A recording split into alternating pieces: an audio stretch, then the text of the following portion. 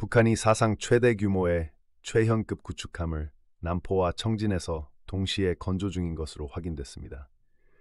배수량 5,000틉급으로 추정되는 이 구축함은 북한 해군의 전력을 급격히 향상시킬 것으로 보입니다. 전문가들은 러시아나 중국의 기술 지원이 있었을 것이라 분석하며 이례적인 동시 건조 방식에 의구심을 제기하고 있습니다. 북한이 4월 25일 남포에서 최연급 구축함 1번함의 진수식을 성공적으로 진행했습니다. 공개된 외형으로 미뤄 이지스 전투체계를 탑재한 것으로 추정되며 함대공 미사일 발사 능력도 갖춘 것으로 보입니다.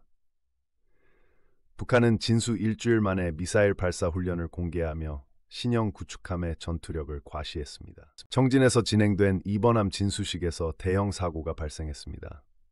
측면 진수 과정에서 대차 오류로 함체가 넘어져 좌초한 상태입니다. 북한 당국이 사고 내용을 상세히 공개한 것은 이례적이며 김정은은 6월 말까지 복구를 지시했지만 전문가들은 선체 손상이 심각해 복구 불가능할 것으로 봅니다. 북한의 동시 건조 방식은 군함 도입 일반적 관행과 크게 다릅니다. 일반적으로 초도함 운용 후 문제점을 보완해 후속함을 건조하지만 북한은 피드백 없이 두 척을 동시 건조하며 경제적 부담을 무릅썼습니다.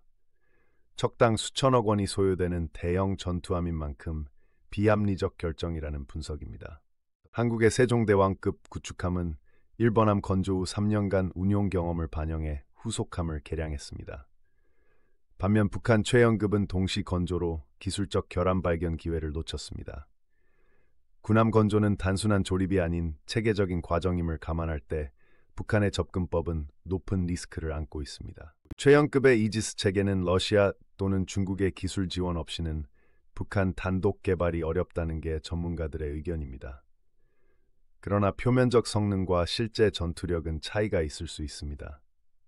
북한이 공개한 훈련 영상은 실제 전시 환경과 다르며 시스템 안정성에 대한 검증이 필요합니다. 북한이 남포와 청진에서 구축함을 분산 건조한 것은 자원 낭비라는 지적입니다. 단일 조선소에서 건조하면 자재 조달과 인력 운용이 효율적이지만 북한은 기존 관행을 고수하며 불필요한 비용을 발생시켰습니다. 이는 체제 특성상 지역 간 업무 분배를 고려한 정치적 결정으로 해석됩니다. 김정은의 6월 말 복구 지시에도 이번함은 구조적 손상이 심해 복구 가능성이 낮습니다. 위성사진 분석 결과 선체 변형과 기계장치 침수로 실전 배치 어려울 전망입니다. 북한이 해당 함정을 포기하고 새로 건조할 경우 추가 경제적 부담이 예상됩니다. 한국군 당국은 최연급이 북한 해군의 전력 균형을 변화시킬 수 있다며 철저히 주시하고 있습니다. 현재 1번함의 실전 배치 여부와 추가 건조 계획을 감시 중이며 이에 대응한 한미 공동 방어 전략도 점검할 예정입니다. 북한의 군사적 도전에 유연하게 대응하겠다는 입장입니다. 최연급 사례는 북한이 경제적 어려움에도 군사 현대화를 포기하지 않음을 보여줍니다. 핵 미사일 개발과 함께 해군 전력 증강도 지속될 전망입니다.